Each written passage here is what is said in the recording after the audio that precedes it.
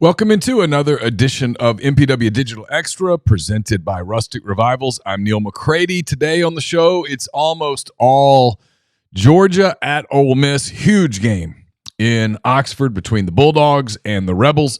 Georgia, one loss on the season. They lost at Alabama. They're ranked second in the country, third in the college football playoffs. They are up against Ole Miss. Ole Miss has two losses, of course, the painful loss to Kentucky at home, the overtime loss at LSU. The Rebels have put themselves back in a position, though, with wins over Oklahoma and Arkansas. They've put themselves back in position to make the college football playoff, but to do it, they have to get past the Georgia Bulldogs. 2:30, Vaught-Hemingway Stadium on Saturday, a game that will be televised nationally on ABC. And today on the show, we're going to preview the heck out of that game. We're going to talk to my buddy Mike Griffith of the Atlanta Journal-Constitution, and then we'll talk to both Radi Nabulsi and Anthony Dasher of UGAsports.com, part of the Rivals and Yahoo Network. We'll talk to those guys about the game, get their thoughts on the Bulldogs, how they match up with Ole Miss, and more. And then we'll have our weekly visit, of course, with Ben Mintz of Barstool Sports. We'll talk about Ole Miss, Georgia. We'll talk about LSU, Alabama, Vanderbilt, South Carolina, the NFL, and a little bit more. All of that on to the show. First, I want to tell you that we're brought to you by Rustic Revivals. They're based out of Flowood, Mississippi, and Rustic Revivals builds tables and other furniture by hand with locally sourced lumber. The husband and wife team of Josh and Ashley Pierce specialize in custom-ordered tables, beds, dressers, coffee tables, bookshelves, decorative cabinets, and chairs. They have a limited selection of ready-for-pickup pieces available in their shop. Rustic Revivals delivers within 250 miles of Flowood. Podcast listeners take they take 20% off their purchase by using the code REBELS20. The QR code's on the YouTube stream. You can also just use that code again, REBELS20 at rusticrevivalsms.com, facebook.com/rusticrevivalsms. You can look at their work on Instagram at Rustic Revivals. You can call them directly, 228-217-1243, or you can email them at rusticrevivals@gmail.com. Again, lots of Georgia at Ole Miss coming your way, so we'll go now right off the bat to the Campbell Clinic hotline and Mike Griffith of the Atlanta Journal-Constitution. Enjoy. Mike Griffith of the AJC, kind enough to join. You did this a year ago. We talked for like an hour. We don't have an hour today. We're way too busy. Let's jump into it. We'll start with a year ago, because a year ago, Ole Miss went to Athens and got humbled. I mean, they just got humiliated, got beat up and down the field. Lane Kiffin, to his credit, man, I mean, day one just said, hey, that's if we're going to take the next step, we've got to look more like them. Yeah. I think he feels like they've closed that gap. From your perspective, how much different is this game than it was a year ago? Yeah, so let me start out by saying, and we got an Ole Miss audience, so this is going to sound really weird, but that's going to work for you, that you lost 52-17. That's good news. That's not bad news. And here's the example I'll give you. Texas, Exhibit A, did not know what they were in for when Georgia went to Austin, had not played a big, bad SEC opponent. They'd played Mississippi State, they'd played Colorado State, and they were in shock and awe in the first half. And their line wasn't prepared, the speed of the game, the field position. Texas was playing from behind. Listen, I know there's a lot of new guys. I think you told me what, Neal, maybe all but 4 or 5 guys that start or transfers, something of that number. Okay. Yep. There's enough new guys, but there's enough guys that were there last year. For sure. And they're going to see the game film, and they're going to go, okay, well, we're different. Okay, well, and you're at home. I know Lane, was upset. It wasn't a night game, but again, and I've spoken publicly on the SEC network, this is a guy that's pressing. I'll say it again. Good. It's good that Lane recognizes that when Ole Miss spends this kind of money, that expectations come with it, and it is playoffs or bust when you've invested like Ole Miss has. This is very important for Lane to show the people that invested that if you give me the money, I will deliver a playoff team. And I'll tell you, Neal, if Ole Miss wins this game, they're not going to lose another regular season game. So this is it's a great opportunity for the Rebels. It looks to me like they're playing their best football of the year. Jackson Dart, the numbers speak for themselves. I asked Kirby to compare him to Joe Burrow today. He said he felt the talent was similar, albeit a very different offense. But when you look at the receiving core, LSU was a team that could just drop back all day. Ole Miss even more dangerous with the running game in the balance and in the offensive line. So, as I sit here, Georgia's a 3-point favorite or 2.5. I haven't seen the latest line, but a lot of that is based on equity and the fact that, well, we don't know how Kirby's going to do it, but they always just do it, right? This is a very resilient team. No one expected him to go in and beat Texas as handily as they did, but it's not about resiliency right now for Georgia. It's about bodies. Is Trevor Etienne healthy? This is a guy who couldn't play after the second quarter of the Florida game because of rib injury. I don't know how many people watching have ever had a rib injury. It certainly sounds like something you just throw a jacket on, but as someone who's had a rib injury, it literally takes your breath away. And I don't care how tough you are. We're going to see what kind of shape Trevor Etienne is in. And if he's not in good shape, Georgia's caught alarmingly low at the position with a true freshman, a very talented 5-star, Nate Frazier, graded out well outside of a Gator chomp penalty. This guy's talented, but he's not the best in pass protection. It would probably make Mike Bobo a little bit more leery of Carson making certain checks at the line. The playbook's probably not as expansive with a true freshman. The other guy is a walk-on by the name of Cash Jones. He's about $175. Tough Texas kid, makes some plays, but again, not good in pass protection. Runs hard, but you're talking about a walk-on and you're talking about a true freshman. If Etienne's out, they've got other Robinsons. They got the Robinsons there. Branson Robinson from Mississippi. Many of your people probably know he's been out. He's probably still out. There's no reason to believe he'll be back. You have Roderick Robinson, who was a real pile mover. He's been out with turf toe all year, and no reason to believe he'll make a miraculous recovery all of a sudden. So there's just not a lot of depth there, and Georgia's really strapped. And balance is big for them. They run an offense similar to Ole Miss. They like to get the run game going, and Carson likes to take the shot plays, but there's no Ladd McConkey. There's no Brock Bowers. There's no first-round wide receiver. Arian Smith is their leading yardage guy. He had 20 catches combined going into this year. Really fast guy, but he's had some drops. Dylan Bell's a guy that a lot of people pointed to as a potential X. He's had some drops. London Humphreys is a transfer from Vanderbilt who all of a sudden looks pretty good. And, he's a sophomore. Anthony Evans, the dangerous punt returner, didn't play the last game. He was a rising star on the perimeter as well, had a hamstring. I don't know the condition of that 1 week later. So Georgia at the skill positions lacks the firepower, in my opinion, to win a shootout type of game. So now it's up to their defense to make it ugly. Now their defensive front has gotten better, but Dart brings that mobility. And as you know, that's like trying to go up against 12 guys. And the way Jackson runs, like Kirby said today, he runs like a running back. This isn't a guy that's going to slide. This is a guy that's going to take you on. This guy's a soldier, man. And Ole Miss, he's a willing runner. He's a willing runner, an able runner. He frankly, there have been times when he probably should have slid, and he just doesn't. It's not kind of who he is. He's hyper competitive, very very much wants to win. He's one of those kind of people. He's grown into a leader. All of those things. But here's my thing, Mike. This is my question. You cover Georgia. They've not lost to a team not named Alabama in forever. And Ole Miss and SEC play, man, that running game has been sporadic at best, and now Henry Parrish is out. If Ole Miss is more of a one-dimensional team, can you beat Georgia? Can you beat that defense one-dimensionally? Well, are you saying that you don't think Ole Miss can run?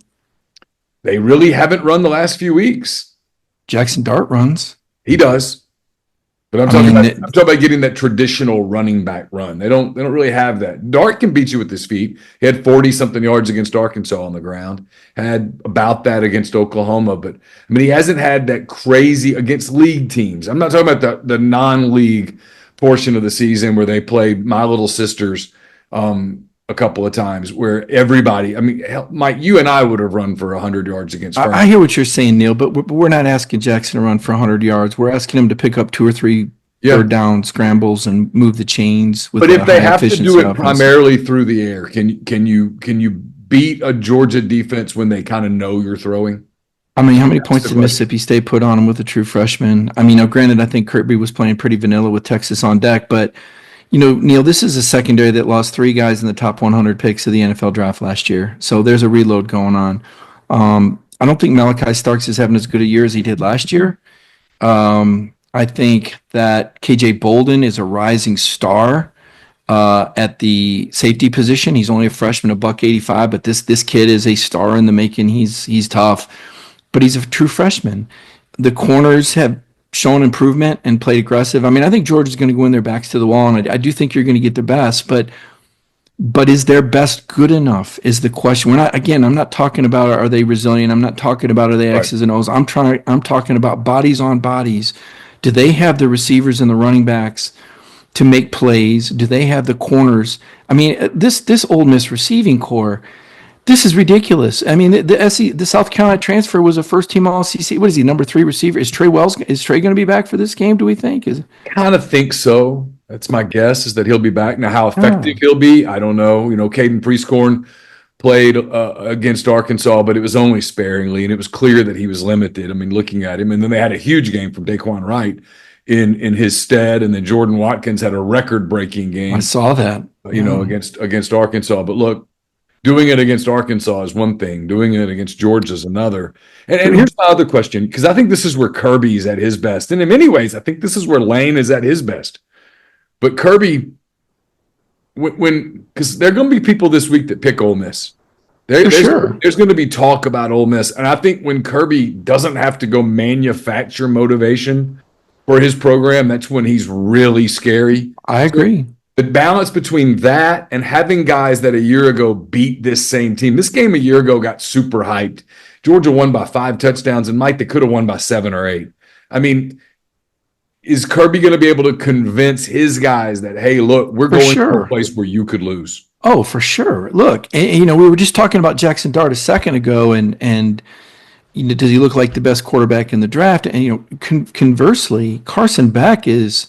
I don't know how much of the game you saw, and I'm very guilty of liking to psychoanalyze everything and everybody.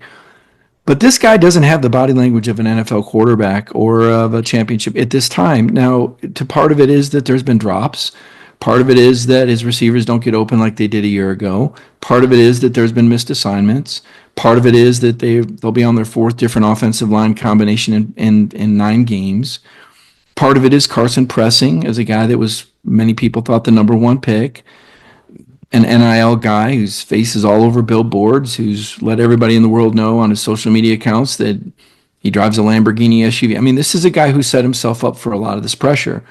And at the beginning of the year, he told us he embraced it. I mean, it's the guy that got a tattoo on his leg of a space shuttle taking off saying "sky's the limit." I mean, the media didn't do this. Carson's the one that showed up with the Louis Vuitton bags at the walkthrough. This is a case study in how not to handle NIL deals, and all of a sudden. It's so funny you say that, because I really believe what I'm about to say. Ole Miss people don't like this, but I think it might end up working out for them. They played 4 nobodies and just named their score to open the season. And when they took the field for Kentucky, man, right, they had a strut. Yeah. They didn't think there was a chance in hell they were losing that game. Yeah. Kentucky punched them in the face, and it was like, whoa, how does that happen? And then by the time they sort of woke up, it was a 1-score 4th quarter game, and they lost it. And that was Texas. That was what Georgia walked to. Texas thought the same thing. We're the best. We got Sark. We got Quinn. We got Manning. They thought the same thing, the schedule. And I completely think the schedule was what did Ole Miss in for Kentucky. I mean, because there's a different speed and a different level of intensity. And Kentucky was playing really good football. They were. Kentucky is a tough team, by the way. I mean, this SEC is tough. Mississippi State is not horrible. I'm going to be tuned into the Egg Bowl. Yes, no, you're right. There is no terrible team. I get up every Sunday and do the SEC ranking thing in my 10-week thoughts.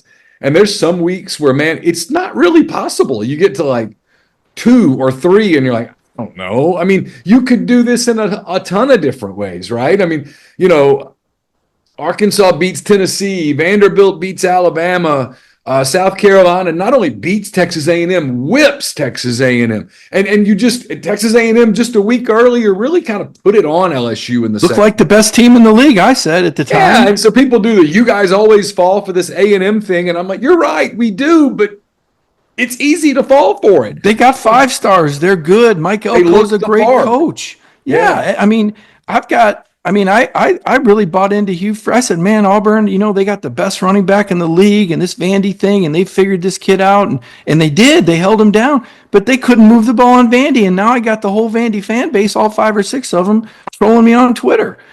I mean, and when Vandy talks smack, these are intelligent people. Their smack's pretty good. It hurts.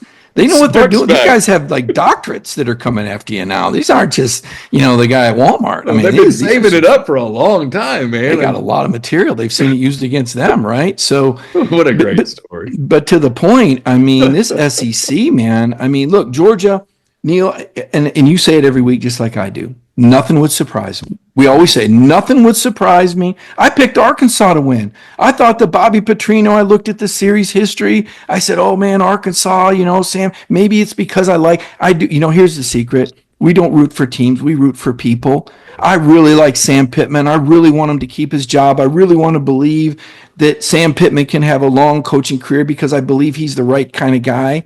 But I also like the cartoon section of the paper, and I want to see a guy like Lane Kiffin succeed. He's fun. He's colorful. Like we've said before, and I don't need to sell your people on it. He's exactly what Ole Miss needs. It's a match made in heaven, and they both should know that. They certainly pay him like it.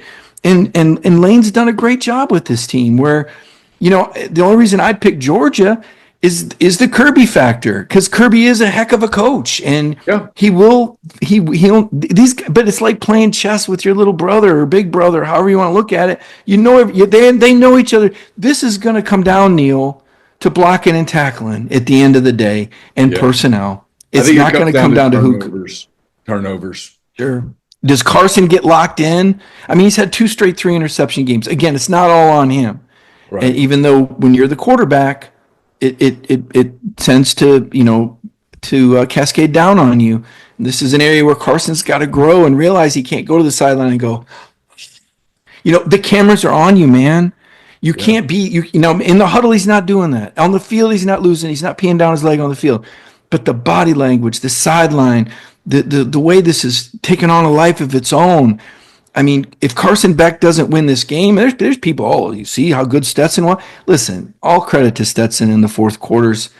But Carson doesn't have Brock Bowers and Ladd McConkey and James Cook and Kenny McIntosh and the number 1 defense in the country and field position at his own 40 and 3 and outs to get right back out. He doesn't have that. Okay, this is a guy who's trying to carry a program. And Neal, look at last year's games. There was reason for Ole Miss to be confident. What was it, 5 or 6 games in a row the opponent had scored?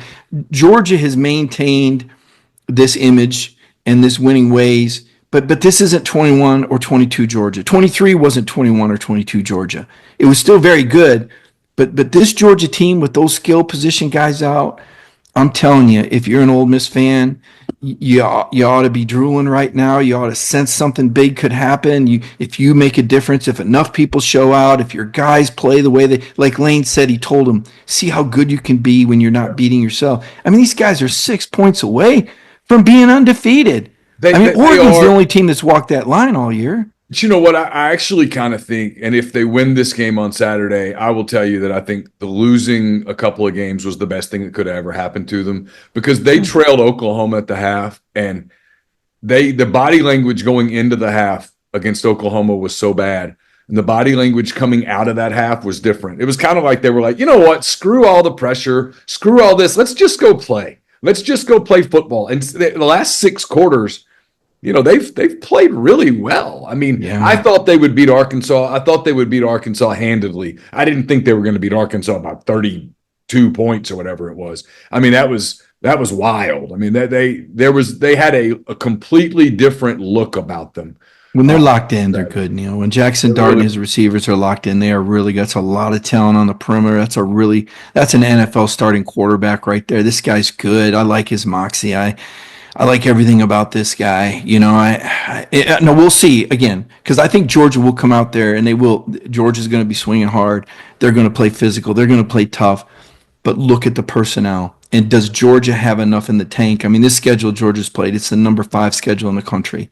It has not been an easy ride for Georgia. They have played some really, and they caught Florida at the wrong time. Let me tell you, I've said it. I know Georgia fans get mad when I say it. If DJ Lagway doesn't go down, Florida's winning that game. I mean, Florida is razor sharp right now. I don't know what they're going to do with this guy from Yale, but as it was, they still took Georgia deep into the fourth quarter with a third string guy from Yale who didn't even play last year, who'd only been in their offense 2 weeks when he got in with the twos, and they were, because of their run game, and I guess that's the message here, and I don't want to make the case for Lane Kiffin, but I think his players believe in him, and I think they believe if they play their brand of football at Vaught Hemingway Stadium. I mean, that's not the same Vaught Hemingway I used to go to when I covered Alabama and Auburn in the 90s. That used to be a cakewalk. That used to be a picnic. That used to be a week off. That place ain't like that right now. Venables was on the conference call the other day talking about, and I haven't seen the numbers lately, but something like 72-0 on points off turnovers in their last however many home games. The numbers were just unbelievable for how good Ole Miss played. They've been very good at home under Kiffin. I mean, they've had one stinker at home, two now with the Kentucky game. But that's it. They've been really solid at home. So ABC blew it. They could have had him under the lights. They're going to get him in the afternoon. It would have been a better night game than Alabama. The LSU is going to be, in my opinion. I think you're seeing two better teams than Alabama and LSU right now.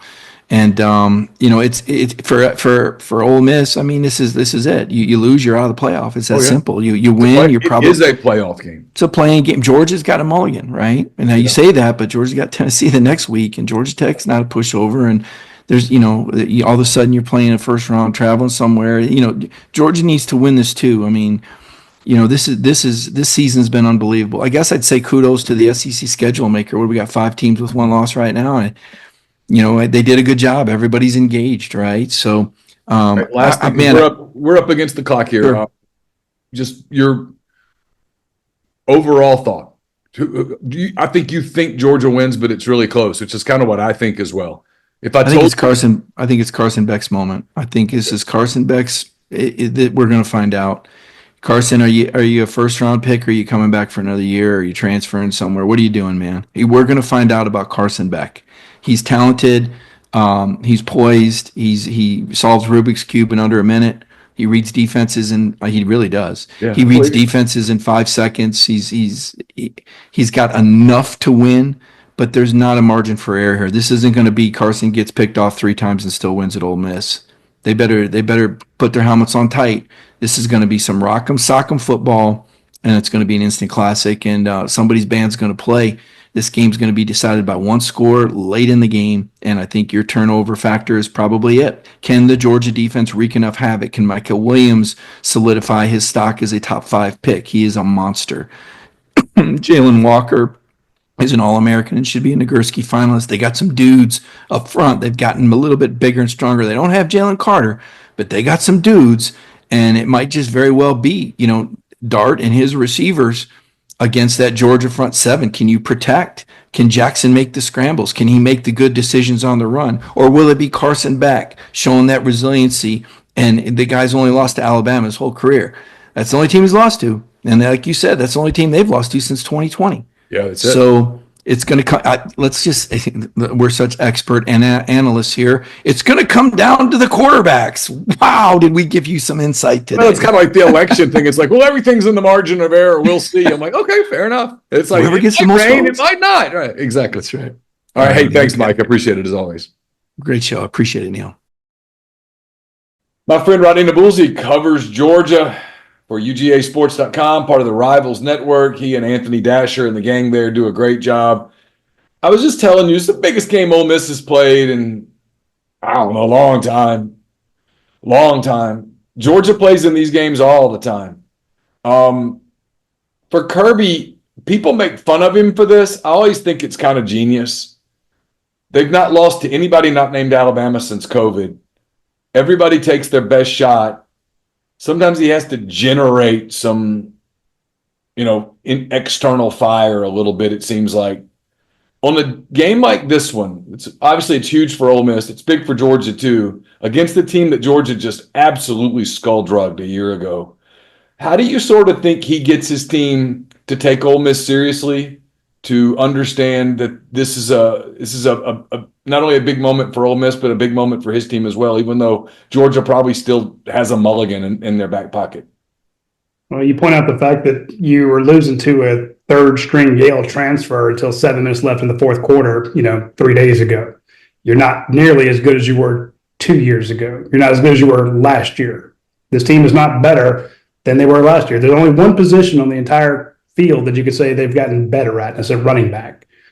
Carson Beck's not as good as he was last year. The offensive line's not as good. The tight ends are not as good. The wide receivers are not as good. The defensive line could be better, but they've just been so beat up. When Georgia plays nickel about 62% of the time, 3 of those guys that were in your nickel package last year, a safety, cornerback, and your star guy are all in the NFL. So you've had to replace them. You've replaced them with better athletes because that's what Kirby does. It's like I was told the secondary is going to be better this year just because you have better athletes. And I'm like, okay. Now they're young, but when they get seasoned, they're going to be really, really good. That hasn't come to pass. So you're not better than you were, and Ole Miss is.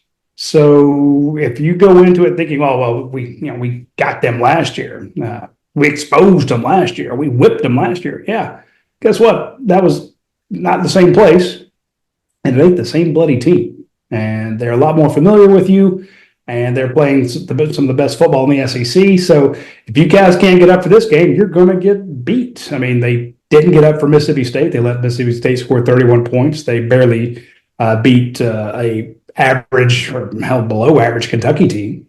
You beat Auburn, but that's no great victory. So, and again, you played against a mediocre Florida team, and you were trailing or tied for the vast majority of that game. So, to your point, we actually asked Kirby about that earlier today. How do you get them up for these games? You play in these every week. It literally seems like it's a top 10 matchup. All one next week, right, with Tennessee. Yeah. And here's the thing: they play like it. Neal, they get up and they get down. They got up for Clemson. They hadn't played anybody for the entire summer. They get tired of hitting each other. They go out and they dive at Clemson players' feet. They tackle. They swarm. They don't give up a touchdown. They didn't give up a touchdown for like 3 games. They play out of their minds, offensively, defensively, special teams. And then they go, okay, well, we're just as good as we used to be. And they played average until they got to Alabama, which it cost them a game. They played average as grits until they were doubted. They were finally, after 50 games, they were made underdogs to Texas. And they go out and they just beat the hell out of Texas. Look like a machine. Yeah, but they're capable of that. But here's the thing, Neal, they don't turn that switch on all the time. It's a lot easier to coast. I mean, you just assume that you're surrounded by all these great players. One of those guys is going to make it. I just need to focus on my little area, my reads, my keys.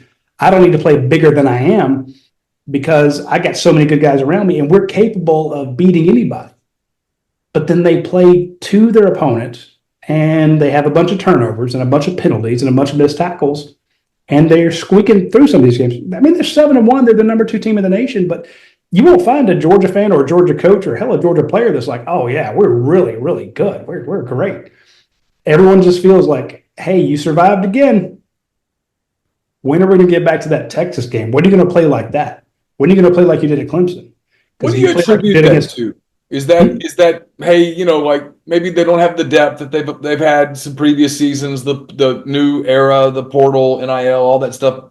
Maybe it's depleted just a little bit from the edges, or is this just it's super hard as Alabama saw? I mean, it was the great part about what Nick Saban did, right? I mean, he played these games all the time, and his team seemed to almost kind of be robotic.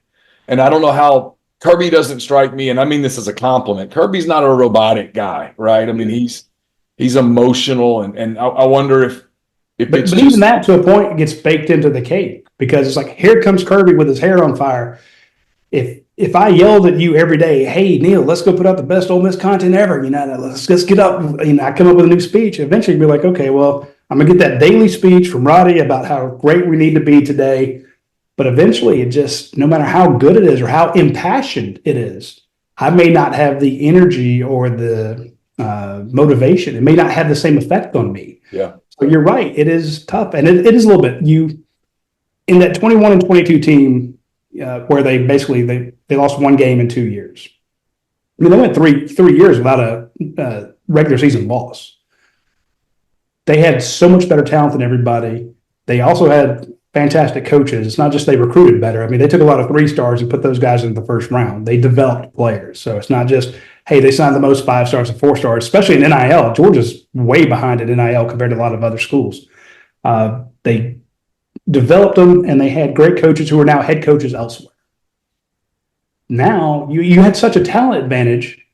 You saw it when they took on Michigan, in the playoffs. They just blew them off the ball. They were so much faster and bigger and stronger. They killed TCU. They beat a lot of teams. You don't have as big a talent advantage as you did. You got 4 new coaches. A lot of the guys that are playing right now are ones that were beat out by players who were in the NFL. Carson Beck lost his starting. I mean, he was supposed to be the starter. Stetson Bennett took his job for 2 years. I mean, it's just same with your right tackle and other positions on the field. So they're not as dominant as they were, but they're still better than just about anybody else. Yeah. They just don't have that.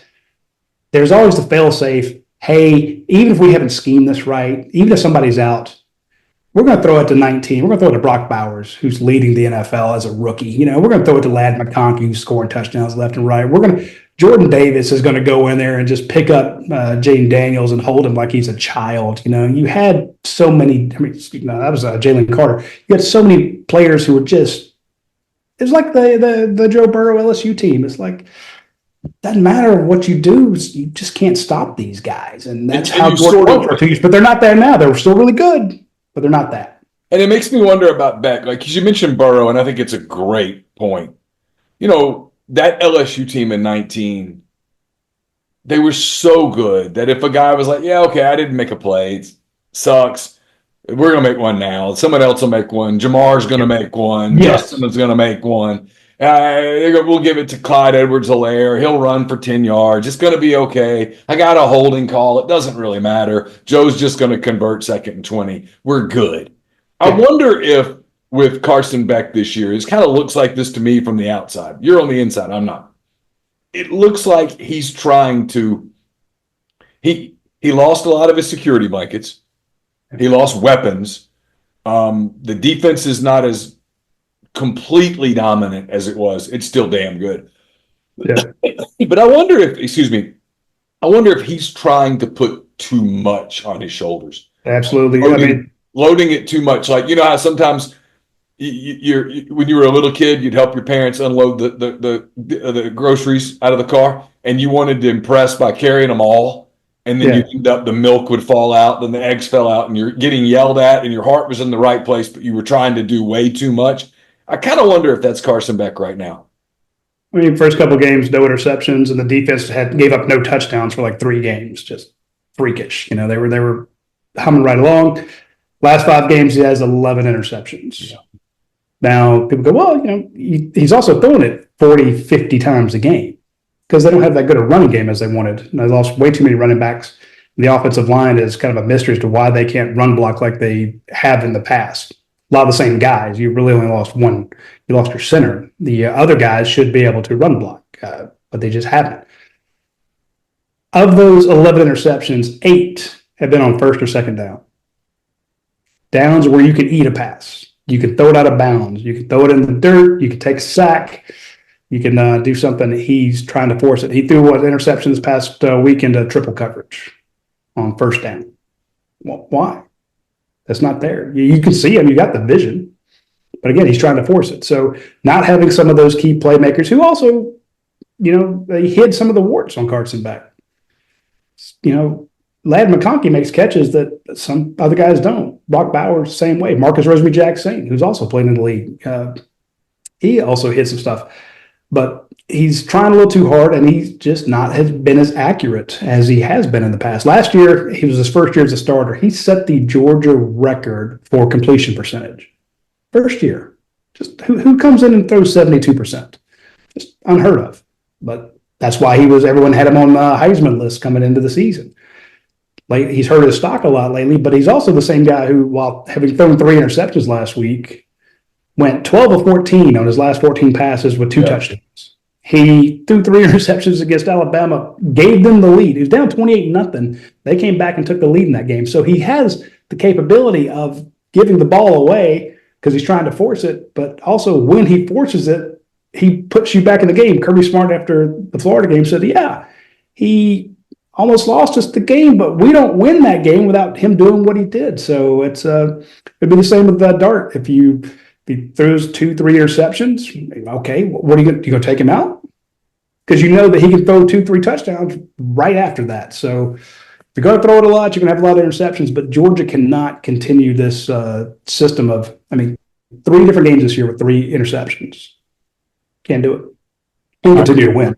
Yeah, I think this is a quarterback game on Saturday. So let's turn our attention to Saturday for a few minutes. We've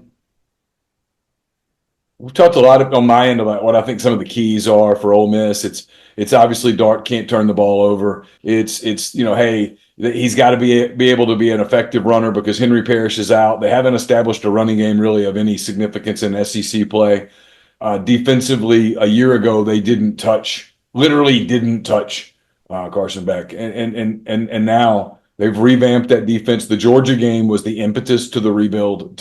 Hey, we're changing what we're doing.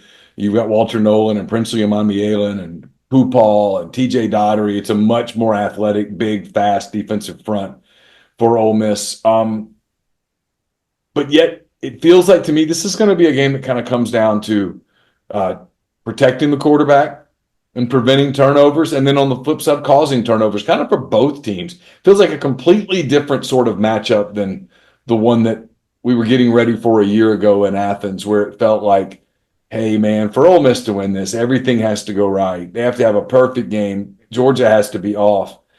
This feels like for Ole Miss, it's more doable, still very difficult, a hell of a mountain to climb, but more doable because perhaps the matchup is not quite as disparate. Is that fair? Yeah, the disparity is not nearly as great as it was last time. Plus, it's Ole Miss trying to do it on the road, and that matters. Yeah, this is. I think the last time Georgia lost a game at night, 2009 inside the stadium there. So it's been a long time since Georgia's done that in their own stadium. The disparity is not nearly as great. They've seen what it takes to play at that level. Ole Miss has shown those flashes of saying, look, we can beat anybody. You set the record for an SEC win. Arkansas is no pushover. Sam Pittman, again, one of Kirby's former guys, knows how to recruit, knows how to coach, knows how to make adjustments. And you hang 63 on them. I'm like, okay, that's got everybody's attention. So, who did they lay 63 on last year in the SEC? Yeah. So, and again, this is not the dominant Georgia defense. Now, they're good. Don't get me wrong, but they definitely a lot of busted plays, a lot of missed tackles this year. Now, I will say I will give them credit in the Texas game. We can point to Carson Beck's 3 turnovers, but Georgia forced 4. Yeah. They came out of that +1. And their defense was elite that day in Austin. Yeah. But they don't play like that all the time. That's the thing that kills me. Against Kentucky, when they barely won against Alabama, they had 15 and 16 missed tackles. You want to miss Jackson Dart on a run. He doesn't stop until, he's out of the stadium. So it's just I'll flip it around. Georgia doesn't, I won't say has to play a perfect game, but they cannot play like they have shown themselves. This time last year, we couldn't point to a game where they had that many turnovers and that many missed tackles and that many penalties. This team is fantastic about extending a drive with a defensive penalty, holding, pass interference, defensive holding, hands to the face, late hits, just undisciplined and making mistakes that all of a sudden you had them 3rd and 10, they had an incomplete pass and you roughed the passer. Now they're 15 yards downfield and they score 5 plays later. Should have been off the field, but you've given up a touchdown. This is a defense when they're playing like they should. Good luck moving it 75 yards on them every drive. If they play like the team that shows up, as we saw in a couple of games earlier this year, you're going to be able to move it because they're just, especially with the misdirection, the eye candy, the stuff that Lane Kiffin does, it's designed to mess with a team like this, and Georgia could definitely be suckered in a few times. Yeah, so people forget is Ole Miss scored their first 2 possessions last season in Athens. He had those kind of scripted drives, and they worked against that defense. And then once Georgia made the adjustments, it was Iron Curtain. It was done. Do you sort of subscribe to my belief that this might be, and maybe this is a one-off, but I don't know that there's one team in the country this year that I look at and go, "Oh yeah, man, they're a prohibitive favorite to win the whole thing. If they get in the tournament, they're going to be a really, really hard out." I mean, I look around and I go, man, if you make the tournament, like, probably doesn't apply to the group of 5 team, whoever that is, if it's Army or Boise or whatnot. But like, if you're a Big Ten team or an SEC team, or maybe even Miami in the tournament, there's a chance you could lose on the first round, obviously, and there's a chance you could be playing on January 20th. I mean, there's just not a lot of gap. Like, I do this exercise in my 10 weekend thoughts every Sunday, Radi, where I rank the SEC. And it's almost impossible. Like this week, I was like, all right, I'm going to put Georgia 1, but a lot of that is benefit of the doubt. I'm going to put Texas at 2, and a lot of that is, well, they've only lost 1 game, and it was to Georgia. And then after that, it's like, God, I don't know. Is it Alabama? Is it Ole Miss? Is it LSU? Is it Texas A&M? And and even at the bottom, like when you're trying to figure out who's better, Florida or Arkansas for like 12, you know? I mean, you're like, I don't know. And it's easy you put like Mississippi State 16 and frankly, you know, Kentucky 15, as crazy it is, and yet Kentucky beat Ole Miss and almost beat Georgia. And it's just a wild league, and I think we're going to see that play its way out in the playoff for everybody that gets in it. It's one of the reasons that if I'm an Ole Miss fan, I'm literally dying of nerves in this. It's not just if I lose, I don't make the playoffs. It's if I lose, I don't make a playoff, that there is a chance I might win. Oh, absolutely. There's no dominant team this year. I'm with you 100%. I mean, some people pointing to Oregon. I'm like, no, Oregon barely survived their one true test. And Georgia played Oregon to start the season a couple of years ago, beat them 49-0. You know, it was Dan Lanning's first game, and but Georgia knew everything he was going to do. So people are like, well, I don't want any part of Dan Lanning right now. I'm like, yeah, you do, because not everything he did, but he's from the Kirby tree. Kirby knows what he's going to do because he taught him. So it's an easier prep. Yeah, it's easier. Yeah. Hey, now can your guys do what you call? That's a different question altogether. But it's not like he's coming at you with something completely different. Lane is different. Lane Kiffin is tough. He's hard to prepare for. He schemes guys open. He hits you where you're soft. He knows what you're doing defensively, and he knows how to counter it. If he gets the players to do it, he wins ball games. There's no question. This year, are you terrified of Ohio State? Hell no. Penn State? No. Michigan? No. I mean, Miami should have 2 losses. You know, there's nobody that maybe Indiana. I was literally about to say the one Big Ten team that might actually scare me a little, because they're playing with house money and you don't know a hell of a lot about them, and they appear to be really tough, is Indiana, but nobody's scared of Indiana. You're not scared of whoever's coming out of the Big 12. You're not scared of Clemson if they make it, obviously. I mean, I think, you know, whoever. I mean, it's just kind of interesting. I mean, hell, the one team that you might actually be scared of in a first-round game is Army, because they're pretty methodical. Hell, I'm scared of Vandy right now. Bobby, he's a fun kid to watch. Yeah. Hey, any team running an option, you just never see it, so they get you, and you got to be perfect against it. So I'm with you. That's why, I say this about the Georgia team. People ask me, well, what's Georgia's issue? I mean, they're still really good, yes, but they also got down 28-0. Yeah, they could beat Ole Miss 28-0 Saturday. They could lose 28-0. Wow, you think so? Yeah, based on what we've seen, it's not like a hypothetical. We've seen them do it. So. Yeah. I doubt they'll ever have again this season, have a half that goes as badly as that first half against Alabama went, the Bulldogs did. But then this past Saturday, they were trailing at the half against a bad Florida team that had lost its quarterback. So, I mean, they weren't losing by a ton, but it's just they're not dominant. Alabama's not dominant. Alabama's lost a couple. There's nobody you can point to and say that is a top to bottom team of murderers, and that's a murderer's row you want to stay away from. Part of it is NIL, part of it's transfer portal, part of it's the parity. And I think what we're really seeing is nobody's able to stack the sideline like they used to. And I use Missouri for this one. You and I have covered Missouri for years, our buddy Gabe. Missouri didn't get a Luther Burden. They didn't get a Williams Nwaneri. They didn't get some of the players that they do. Now they do. They may get one a season, one or two. They go all in with NIL, and they get a Luther Burden, and he's a difference maker. Yes. But that guy used to go sit on the bench at Alabama or Ohio State or Georgia, or USC. And he might not be playing his first year. But year 2, year 3, here he comes. And, Ohio State would have lost 3 guys to the NFL, and here's 3 more 5-star wide receivers for, Brian Day to throw the ball to, and they just gash you, same with Alabama. You're not seeing that. So enough of these star players are spread out that they could have a big game. Pavia can go to Vanderbilt, and all of a sudden, Vanderbilt's winning games. Imagine if he was at what if he's at USC?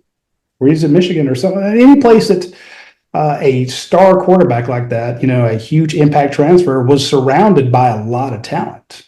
I mean, Georgia's relied on the portal right now. They've got London Humphreys, Trevor Etienne. Trevor Etienne's Georgia's running back number, RB1. What did I say? The one place they've really improved over last year is their running back. They got him from Florida. So what if Billy Napier had Trevor Etienne this year and he wasn't at Georgia? And all of a sudden they'd probably have another win or two because they've been close in some games. Absolutely. So it's no one is that dominant because they're just not hitting. I go back to what I was saying. Nobody had such a huge talent advantage. It didn't matter to a point how they played or how they schemed or what mistakes they made. You just had better players. If it's starting to feel like for college football for a long time felt like if you had say your 12 and under little league team, if you had a kid that nobody could catch, maybe he'd been held back a couple of years, 2nd, 3rd grade, and you pitched him the ball, you ran around the outside, nobody could tackle him, touchdown. You put him in middle linebacker, he tackled everybody, you won all your games, everybody gets a ring, championship, 12 and under, congratulations. He goes to middle school, same thing.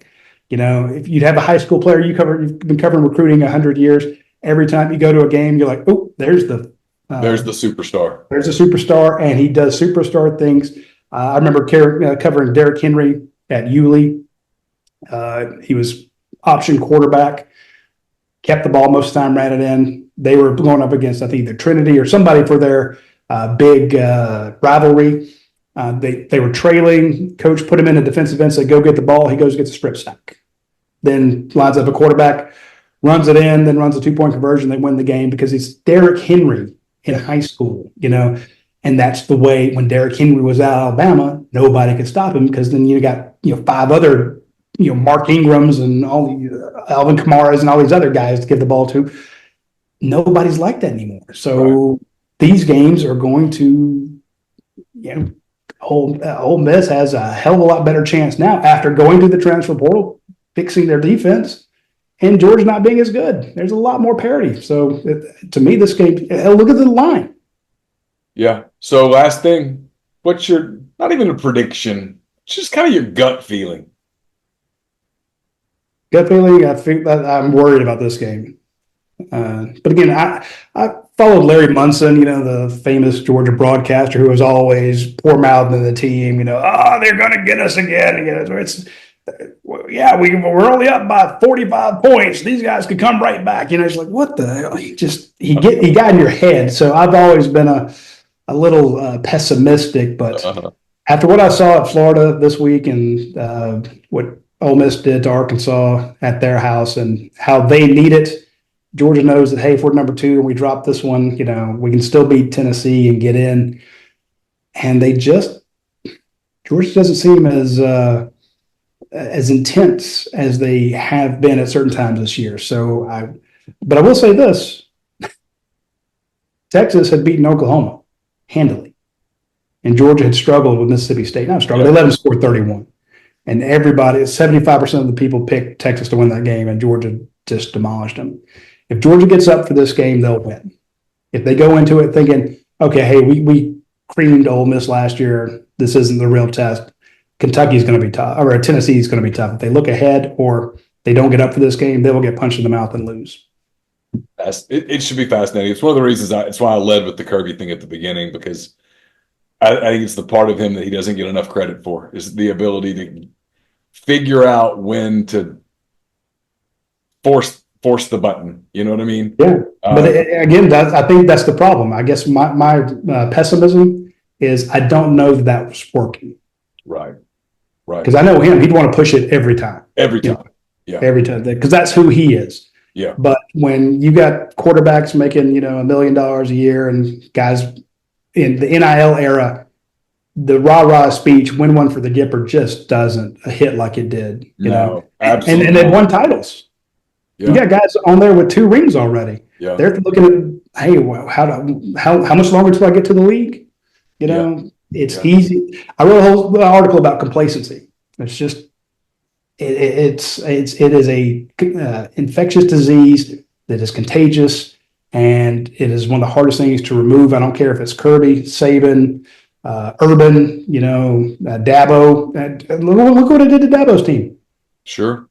It's just it's a hard thing to until you lose, and then you get hungry again because you lost. So hopefully, for the Georgia fans that are watching, your team got scared as hell after what happened to Florida. They wake up just like they did in Mississippi State, and they go in and realize that this is. I mean, you win this one now, you're coasting for the rest. Oh yeah, they're in. Yeah, at that point, sure. Radi, as always, man, thank you so much for the time. I really appreciate it. My pleasure, man. Anthony Dasher does a great job covering Georgia for Rivals.com. Been colleagues now for a long time, Dash, and this is the second year in a row that Ole Miss and Georgia meet in November, and it feels like big stakes. Last year it was in Athens, and Georgia just beat the ever-living hell out of Ole Miss. Yeah. This year it's in Oxford, and the line came out earlier in the week. It's Georgia -3, -2.5, -3.5. It's in that range. Mm-hmm. So obviously the people in Vegas expect that this is going to be a different game than the one that happened last year in Athens. I'm curious, do you expect that? I actually kind of do. It's funny. I mean, Lane Kiffin, as you well know, and to use that game against Georgia is the main reason for him to hit the transfer portal like he did, to load up with some of these guys we're now seeing playing huge key roles. He wanted Ole Miss to be a more physical team. They're obviously that from what I've seen looking from the outside in. And Georgia, meanwhile, it's a team that has its warts. And I mean, it's they've only lost the one game to Alabama, but it's a team that is struggling in a lot of areas. There are a few key injuries they're having to deal with, and it's just something. I don't know. It's something that's hard to say. It's maybe just missing just a little bit. So I fully expect this to be a very, very interesting ball game. Come Saturday afternoon. So, I talked to a couple of people earlier in the year because I was on Georgia's just a runaway locomotive train. I thought Georgia was just going to go dominate the whole league, dominate the country, and they very well still might. They might win the whole thing. I mean, if the playoffs started today, Georgia's a national top 4 seed. They're the whole deal. So I'm not saying that this is false, but I sort of expected it to be more dominant than it's been. I thought they would just be a roll, as Tommy Tuberville used to say, a rolling ball of butcher knives, right? That just splashed through everybody. And it hasn't really been that way. They struggled with Kentucky. They struggled with Florida. They lost to Alabama, fell behind huge early. Now they beat up Texas in a way that I sort of thought they beat up everybody. Mm-hmm. Even Mississippi State hung with them for a little while, even though it's very clear that Georgia was bored and playing with their food. But they just haven't looked like what I thought they would look like. I'm curious, what did you expect, and what does this team sort of look like compared to that? I think one of the biggest problems with this Georgia team is just how poorly they started games this year. I mean, they had 3 points against Clemson, first half. I mean, Alabama game that they had, I mean, it was 6 points, whatever it was. They had 6 points, against Florida on Saturday.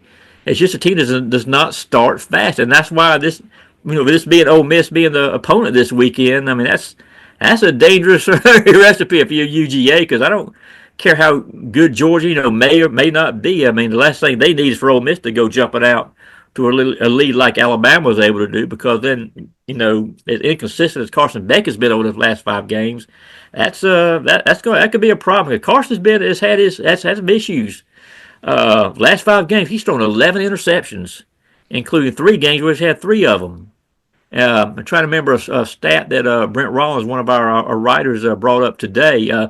Of those 11 interceptions, 8 have come on first and second down. His first 2 against Florida were on first down inside Florida territory. So they're trying to work some kinks out with Carson right now. It's because he's definitely not the same quarterback that we saw last year. Why do you think that is? We have A.J. McCarron on McCready and Siski every Monday, and he's been pretty critical of Carson Beck throughout the season. He's been critical of a lot of quarterbacks. A.J. is a pretty harsh critic when it comes to quarterbacks, but he hasn't liked what he's seen from Carson Beck. Footwork, mechanics, everything. What do you think? Footwork, I was going to be my number one thing. I mean, it's just not comfortable. He's throwing off his back foot. I mean, he's just winging the ball. He's like a gunslinger. He'll just put the ball up. I mean, these first 2 picks yesterday were right into double coverage. I mean, there's no way the receiver can make a play for the ball. I think a big part of it, and I know a lot of people brought this up already, before the season began.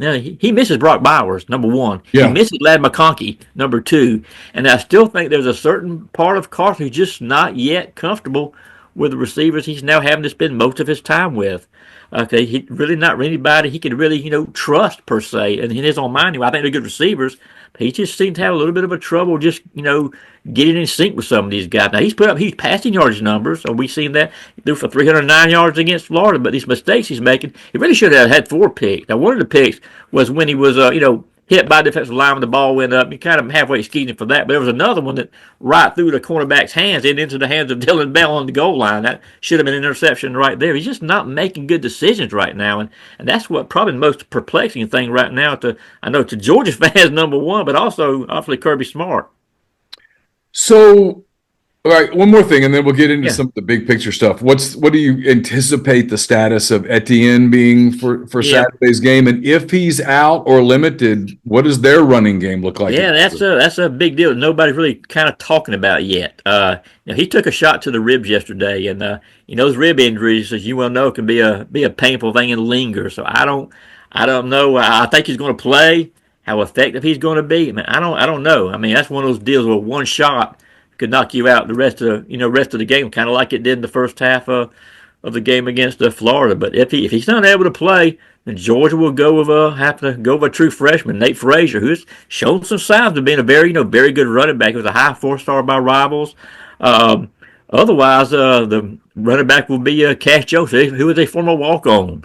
Of course, Georgia's had success with walk-ons in the past, but that's still asking a lot for a guy who had some offers out of high school in Texas, but no FBS offers or anything like that. But another name you could look for is Dwight Phillips Jr. Had 1 carry yesterday. It was for a touchdown. He put him on the goal line. He's one of the fastest players on the team, which should be a surprise considering his parents were both track stars at Kentucky. His dad was actually in the Olympic Games. So he's a guy they're trying to start to work into the offense a little bit more, use him in different areas. Now, I'm not sure if he thinks he's ready yet to be a guy who could get 10, 12 carries. They could definitely, dial up some special plays with him to try to get him in space. So, spirit of full disclosure, we're recording this on Sunday night. I'm still in Fayetteville, Arkansas as we record this. Dash just got back from Jacksonville. So if we're a little vague on some of the details, it's because we don't know them yet as you listen to this later in the week or watch this later in the week. All right, so here's the interesting part. I want to get your thoughts. We don't know this. I keep telling people this. Like, it's a 12-team playoff. We've never done this before. We don't have documentation or data from the committee, right, to know what the committee's looking for, how they evaluate resumes, et cetera, et cetera. Are they going to try to grow the tournament? Are they going to try to make sure they include a couple of Big 12 teams, a couple of ACC? We just don't know, right? We don't know how many SEC programs are going to get into the tournament. We can guess, but we don't know. There's no data to lean on. Yeah. So from the Georgia perspective, in your opinion, is Saturday kind of obviously for Ole Miss can't lose again. The Kentucky loss just right. It's this bright red flashy light that until they beat Georgia and win out and get to 10-2, they can't kind of turn the volume down on that light, right? But for Georgia, they have the overtime loss or the close loss it felt like overtime to Bama. They beat Texas. They've got the resume win, at least for right now. We don't know what Texas will look like at the end of the year, but for right now, it looks like a big resume win. A loss to Ole Miss would be a second loss. Tennessee still on the schedule. Is there a sense that, hey, this is a must-win for us too? I don't think it is, believe it or not. Now, Kirby, I'm sure will disagree wholeheartedly with that assessment of mine, but the reason I say that, you kind of look where Georgia's situated right now. I mean, you mentioned the game against Alabama. I think they will get a lot of credit for that comeback they made. And that win at Texas was that was huge. I mean, I picked Georgia to lose that game by a couple of touchdowns. That came out of the blue to me, considering the way Georgia was playing. But I think, if Georgia could, say Georgia does lose to Ole Miss, they bounce back and beat a Tennessee team, which is going to be when the playoff first bracket comes out on Tuesday. I'm sure Tennessee's going to be in it right now. I mean, that win over them is going to be another very quality win, and a 10-2 Georgia team that does not make the SEC championship, I think, is going to have a pretty good chance of getting in. Yeah, for Ole Miss, it's a must-win game. If they lose it, they're not getting in at 9-3. That's clear, right? Mm-hmm. But at 10-2, I think a win over Georgia is enough. Yeah, it should be. It should be. Again, Georgia is not, to me, it's not the same Georgia team we saw last year or 22 or 21, but still, the way the program has kind of situated itself in the conference right now, the reputation, that would be just a huge boost for Coach Kiffin and the Ole Miss program to get a win at this stage in the season over a team that totally dominated them, the season before, to come absolutely. Back and get a win would just be a huge statement. Are we being unfair to Georgia, though? Are we holding them to a standard that's not right? I mean, Lane Kiffin pointed out on Sunday night that Georgia is 49-3 in its last 52 games. The three have all been to Alabama. Mm-hmm. I mean, they haven't lost to a team not wearing Alabama uniforms that calls itself Alabama since COVID. Yeah. Are we holding Georgia to an unfair standard because we're expecting a level of excellence that isn't really required to win? They're definitely being held to a standard. I can tell you for a fact that Georgia fans are holding to that standard. Oh, I'm sure. Carson Beck is 20-2 as a starter. Who do you think they want benched at quarterback right now? They want Carson Beck benched because he's thrown all these interceptions. I mean, that's just how it is. But yeah, I think Georgia is kind of held to a certain standard right now from that from that standpoint. I mean, people expect them to go out every single week and play this superb football game, which has not happened. They haven't played a complete game by any stretch of imagination yet this year. And they play some halves. That second half against Clemson, second half against Alabama, and I'll say 3/4 of the game against Texas. But again, Carson had 3 picks in that contest as well. But the defense just kind of found a way to really get it in gear. They had 7 sacks in that ball game after really struggling, coming into that contest. Which it's kind of funny that Texas, leading up to the Texas game, is kind of similar to what we're seeing with Ole Miss right now. I mean, Georgia, like you mentioned, they struggled against Mississippi State. In Athens, gave up 31 points, to the Bulldogs. A freshman quarterback. Granted, he's 20 years old or whatever he is. But people were saying, if Texas had beaten Oklahoma, shut them out, whatever it was, and they're going to really roll Georgia. Again, I thought they would too, but that did not happen. Now people say the same thing about Georgia after this game against Florida. Florida's in the game with 5 minutes to go before Georgia scored a couple of late scores to make the game look a little better maybe than what it should have been. So from that standpoint, there have been some similarities, but yeah, I think Georgia definitely held to a standard, and they just haven't haven't met it yet. All right, so Ole Miss is 9 games into the season. They're 5 SEC games into the season, and they've really yet to establish a running game in the SEC. Mm-hmm. At this point, it's November. You kind of are who you are. Henry Parrish Jr., who's been their leading running back, he's out, according to Lane Kiffin. No details, but it looked like a knee injury. He's not going to play against Georgia. They brought in Dominique Thomas, who started his career at Clemson and then went to Georgia State. And now he's at Ole Miss, and no one even knows who he is. He came into the game on Saturday in Arkansas, and I was like, no, wait, who is that? Yeah. And, it's one of those deals. So you've got him, you got Ulysses Bentley. Bottom line is this. If Ole Miss is going to beat Georgia, it's going to be through the air. It's going to be Jackson Dart, Jordan Watkins, Trey Harris, Daquan Wright, Caden Prieskorn, Caden Lee, those guys. Georgia knows that. Yeah. That defensive front's pretty damn good of theirs. They're going to get after the quarterback. This is going to come down to Ole Miss's offense versus Georgia's defense in terms of protecting the quarterback and having success downfield throwing the football. Mm-hmm. You obviously know the Georgia defense better than I do. How do you think they'll handle a passing attack that is really going to have to lean on the pass? They're not going to have a lot of balance. They're going to have to get that way. If Ole Miss cannot run the football, I think you'll see the same type of approach that they used against Texas. Texas could not run the ball whatsoever either. And they just got after Quinn Ewers like I haven't seen them get after a quarterback in a long time because they knew Texas could not run the football on them. Jalen Walker had 3 sacks in the first half. Michael Williams had 2. They had I think in that game 15 quarterback hurries. It was just crazy kind of what they were doing. So if Ole Miss can't run, I would suspect you'll see them maybe take some chance. Now they'll get burned. I'm sure you'll see some long scores in this ball game against Georgia's defense. That's just kind of what happens whenever you kind of stamp yourself as going to have that kind of approach against a passing attack like what Georgia will see. But same time though, I think Georgia may be the same boat. I mean, if Georgia's running game is not going well, you're going to have to see Carson Beck back there chunking the ball 40, 50 times, and with his interceptions issues right now, that could be another key part of this ball game. Well, a year ago, the game in Athens, Ole Miss literally never touched Carson Beck. Yeah. I mean, they didn't put a finger on him. His uniform was pristine. Mm-hmm.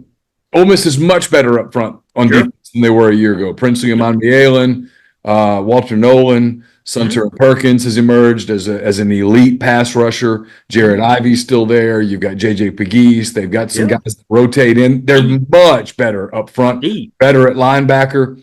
So obviously this is going to come down to Georgia's ability to protect Beck against Ole Miss. How do you anticipate that matchup going this time around?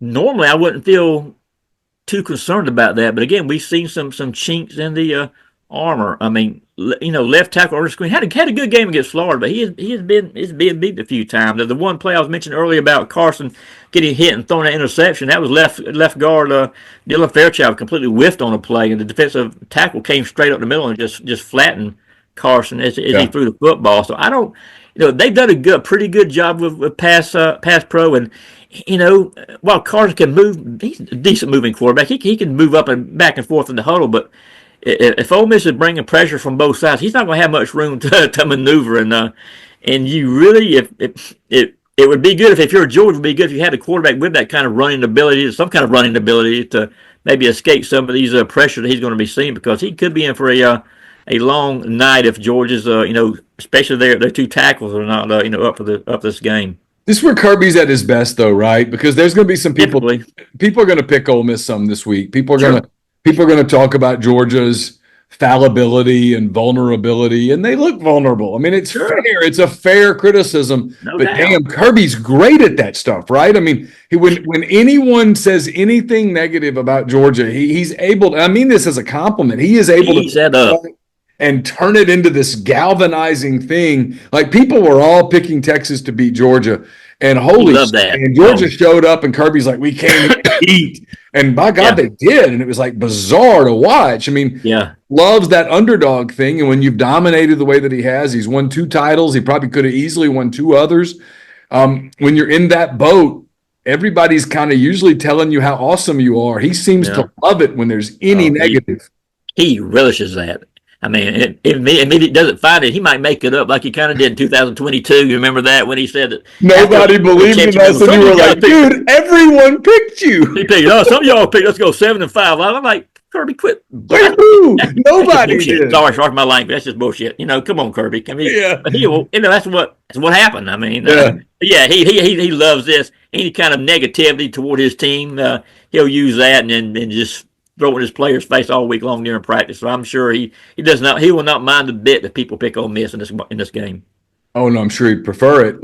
Lane said that Georgia's the new Alabama, that Kirby's the new Saban. Is in your mind, is there a world where Kirby Smart, Freudian slip, Kirby Smart stays at Georgia till he's 70 years old, has that kind of a dynasty, or is this a guy that's going to walk away earlier? Because that's the rumor in some coaching circles. Yeah, I just can't see Kirby staying as long as Nick did. I mean, just again, not saying Nick certainly drove himself, was a hard driver and that kind of thing, but Kirby is just, sometimes I think he's just beyond that. Sometimes I don't see how he pushes himself so much. I mean, he has that new 10-year contract, which is going to pay him about $115 million, whatever it is. But I don't know. I mean, he's a Georgia alum, and all that goes into it. But I just have a hard time thinking we'll be seeing Kirby Smart coach at Georgia. It's 60, much less 70 years old.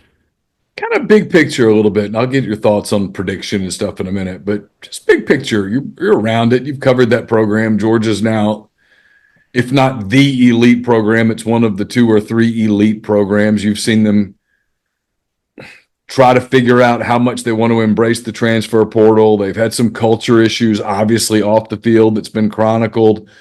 Kind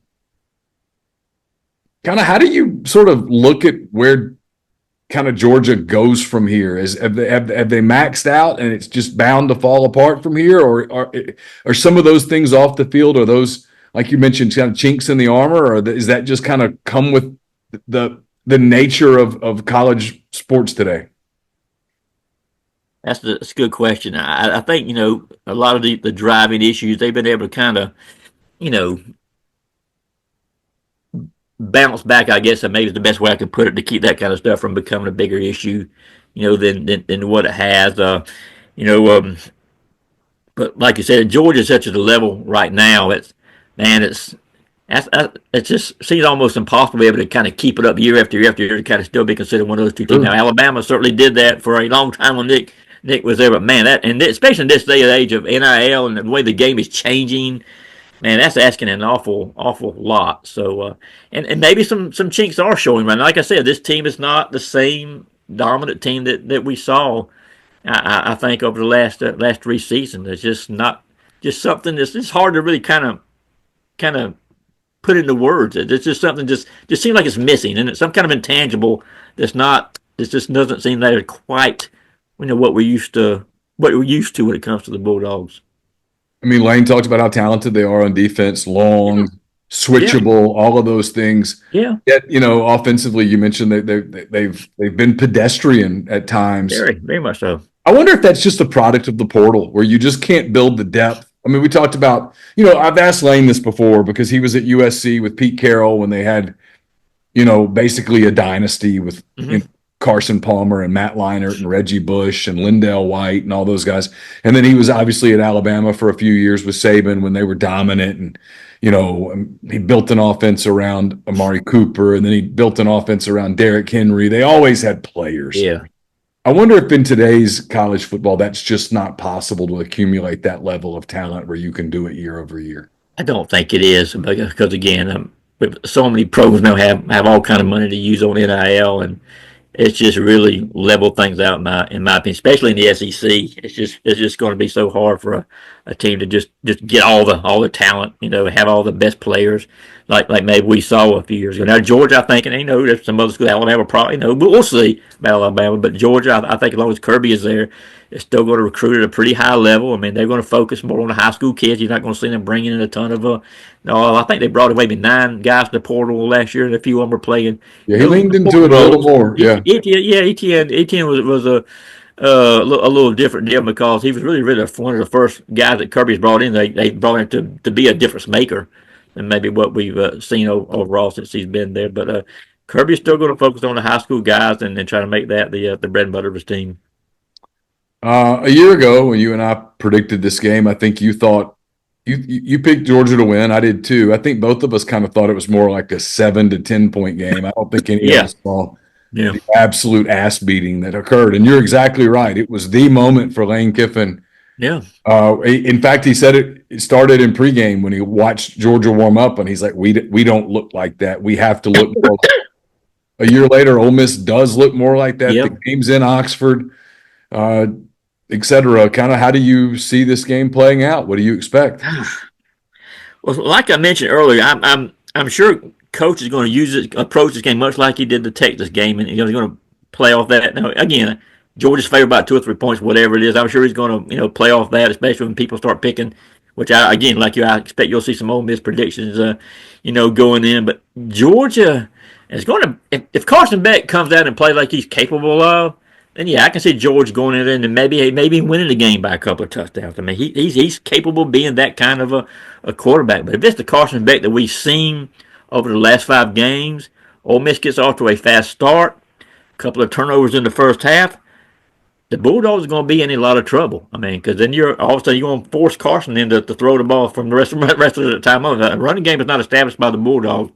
That's going to really impact how their offense, I think, is going to ultimately perform. Because they'll be in panic mode, kind of like they were the second half against Alabama. Now they almost came back and maybe even should have won that ball game. I don't know. Definitely should have. It's a situation they do not want to find themselves in. I know that because again, I think they recognize and realize that this is a much different Ole Miss team than what they saw in Athens last year. So I have not decided as we take this how I'm going to kind of roll this. I mean, it's so easy for me to maybe pick on this because I've seen all the warts on this team this year, but I don't know. It's just it's so funny, not to interrupt you, but I tell people this all the time when you're a beat writer, and I do the same thing. Like, I've seen Ole Miss has now played 9 games. I've seen all of them. Yeah. And when you do, you see strengths, but you also see every weakness. And in your eyes, the weaknesses kind of get magnified because that's what gets talked about. Coaches talk about it. Other writers ask about it. So the coaches answer those questions. It becomes very easy to focus on the negatives of a team and but overshadow some of the positives, right? And that's why we're doing this on Sunday, and I mean, there's a part of me that's like I said a week ago, I thought Georgia would beat Ole Miss, and I think I still do. And there's this recency bias that comes with, I watched Ole Miss roll up almost 700 yards on Arkansas, but Arkansas is not good. No, and then I watched Georgia on TV sort of mess around with Florida, and I think Billy's done a better job at Florida here in the last few weeks than he gets credit for. And yet Georgia still did what they needed to do, right? Like the Ole Miss game, I'm just rambling for a minute, Dash. I'll hand it back. Yeah, no, you're good. Ole Miss played Kentucky, and they should have won. And they won in almost every category except the one that matters the most. Mm-hmm. And it comes back down, and people go, well, this play. But but you didn't get it done. And Georgia messed around with Kentucky too, but the difference was they got it done by 1 point, and it wasn't pretty. And there were a lot of issues, and they could have lost, but they didn't. They won. And so, for Ole Miss, it's like I think it's kind of fitting in a lot of ways that a year ago it was Georgia that exposed them, and a year later here's Georgia. That if you want to get to where you're going, you got to go through Georgia. It's not had they beaten Kentucky or beaten LSU, they probably could look at Georgia and go free shot. It's not a free shot. You got to win.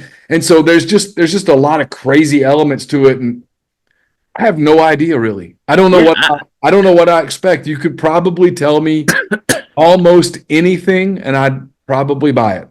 I could see anything happening. I know people don't like it when I give answers like this, but the thing that gives me pause, again, I'm probably the third time I mentioned the Texas game and how this game just is just totally the same scenario for Georgia as it's going to be this weekend. I mean, the same game, the week before just did not look good. I mean, it's not played well offensively. Did a lot of things that that winning teams normally can't get away with and stuff. And so I don't know, but Kirby just somehow can get his team ready for these big road games. I mean, he did it in the Texas. And I tell you, that's the first time I've ever been to Austin, and that was I was a little skeptical at first because it didn't seem like it was all that, different. I know it wasn't different than like going to Baton Rouge or going to Knoxville at night, something, like that. But as that game went on, that place just was a raucous atmosphere. Of course, everybody remembers the bottles coming off the,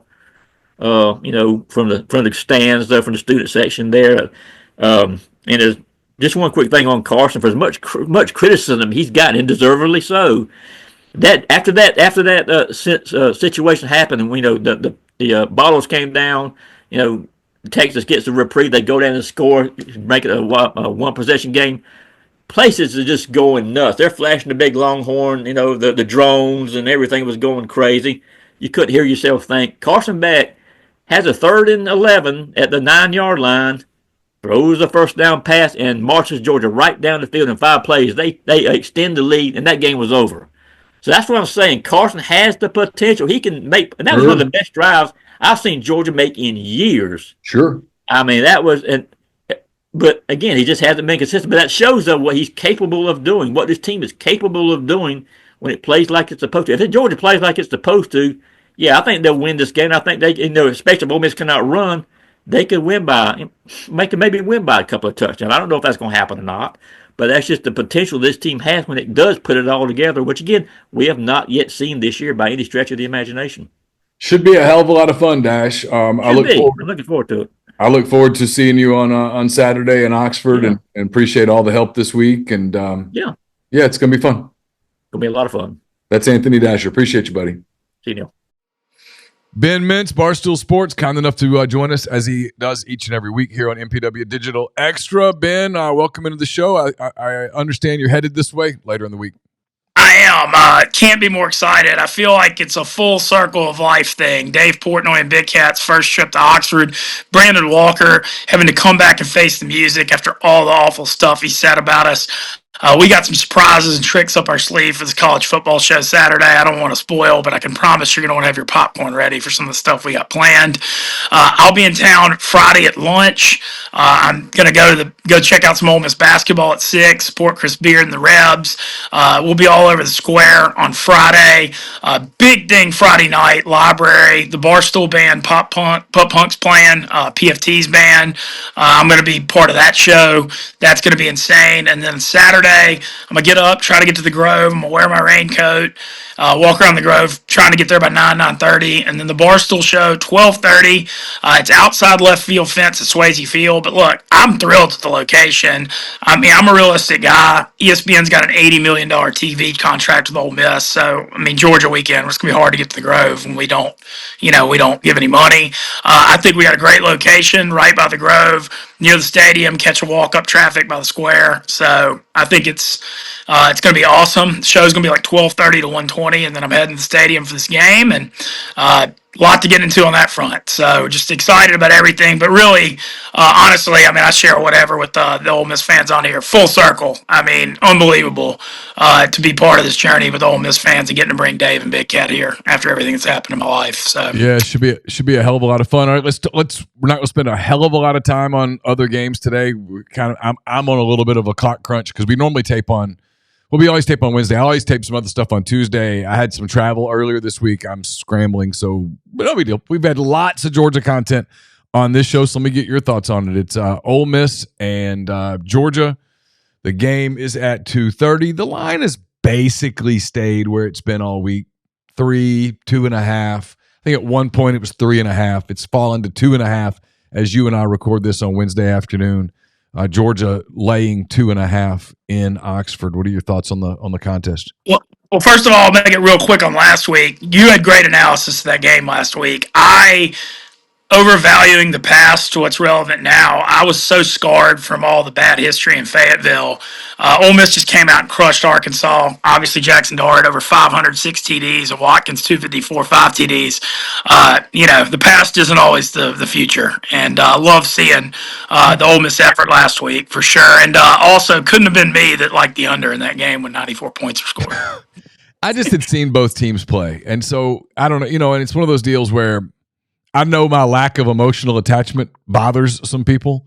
It really helps me as a reporter, as someone who covers the team, to not care. When I say I still cared. I'm out. It doesn't impact my life in any shape, form, or fashion. So when I look at Ole Miss, I'd obviously seen Ole Miss play, and I saw Arkansas play in person, and I just drew the conclusion from looking at what I saw that the only way Ole Miss was going to lose to Arkansas is if Ole Miss beat Ole Miss on the field while Arkansas was on it as well. And they didn't. They played exceptionally well. They came out of the gate well. They picked on Arkansas secondary, which is bad. They were able to protect the quarterback. They were able to kind of contain Landon Jackson, who I think is a terrific player. And even though they really never established the run and they lost Henry Parrish, they had too many weapons for Arkansas. And then defensively, Ole Miss is really, really, really good. Really good. I mean, it's the crazy part about this is like when you watch Ole Miss play, and I've watched every game they've played this year in person, what stands out consistently is their defensive line, their linebackers, their ability to take away the run, impact the offense with pass rush, and just be disruptive. That's what they're good at. That carries week to week. We get real hung up in the one play here and one play here, and I totally understand that. But the truth is, you know what, Ben? The truth is, at some point, Lane Kiffin said this earlier in the week, and this might not be comfort to Ole Miss people in a world where they don't win on Saturday, but he's not wrong. If your goal is to win the championship, and Ole Miss's is, at some point, you got to beat Georgia. So here they are. No, I agree. I think when I look at this matchup, a lot of stuff to get into on it. First thing, the inch of rain Oxford's got Saturday is going to play a factor in this game. And, you know, old cliche. I mean, it's always boring to get on here and say the turnover battle is going to decide the game because every coach says it. But it really will matter in this one because when you look at Georgia, Ole Miss's defense is going to keep Ole Miss in this game. Georgia's offense this year is not explosive. Carson Beck's not mobile. He threw 3 picks last week. He's not taking care of the football. And they hadn't really replaced Ladd McConkey or Bowers well. So, and then Etienne, who is a game breaker, may or may not be able to go, but even if he does, he's banged up, which is going to hurt him. So I think Ole Miss's defense, no matter what, is going to keep them in this game. The key for Ole Miss is the offensive line versus Georgia's defensive line, which completely dominated Texas. And when you look at Ole Miss here, you know, obviously Parrish is out. I don't think Ole Miss is going to run for 200 yards on Georgia. I'm not saying that's going to happen. You got to manufacture, in my opinion, Jackson Dart's legs here, like they used against LSU. You try to have Dart steal 40 to 50 yards rushing on some zone reads. You use him to run in a big game, and you try to get 80 to 100 yards out of the other guys. Because I'm not saying you have to go nuts with it, but you have to have some semblance of balance, especially in the rain, to where you don't put it all on Dart throwing the ball. And so if Dart can steal the 40 or 50 yards and have like 80 to 100 other yards rushing, have some balance, set the passing game, I think they have a really good shot in this game. I think, like I said, you need to get Carson back, hopefully to throw a couple to Ole Miss and maybe win that turnover battle like 2-1 or 3-1. And I think if that happens, Ole Miss wins this football game. Because I just cannot see Georgia scoring more than 24 to 28 points against this defense. The way their offense has looked all year, they're not explosive. Ole Miss's defense is going to keep them in this game. One thought I do have, and it's ironic because I was so wrong on that under last week, 55 is a touchdown too high in this matchup. When you look at these defenses, I think this over-under should be 48 or 49. I think we're looking at like a 23-20, some kind of game like that, 24-17, 23-16. I think it's going to be physical. And I like Ole Miss's chances. And when I see Georgia by 2.5, y'all, we always go over the gambling on here. I mean, how often do y'all hear me preach about that road favorite by 2.5? That's the rattiest line. Right when I saw Georgia 2.5, I liked Ole Miss even more. LSU was 2.5 in Oxford last year. I feel like those 2.5-point home underdogs are always something I love riding. So I like Ole Miss's chances. I like the under more than I like Ole Miss. And one other thing I want to mention, which is crazy, I like Ole Miss. Before the year, Ole Miss was 14 or 15 to 1 to win the national title. I didn't take it. I'm going to throw a flyer on Ole Miss at 35 to 1 this week. Yep. I know that's crazy to say it, but think about it. The whole pass in front, obviously it's all on the line and you're dead if you lose to Georgia. But DJ Lagway popped his hamstring, so you're looking at a Florida game with a third-string quarterback in the Egg Bowl.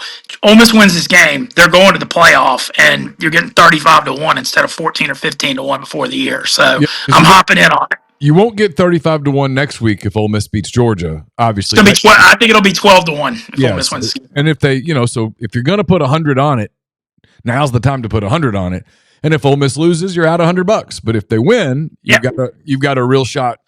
Yeah, you've got a real shot because look, and like I said, there's nobody in college football that's dominant. There's nobody in college football that's dominant. Are there teams that probably are a little better than Ole Miss, a little more steady than Ole Miss? Yeah.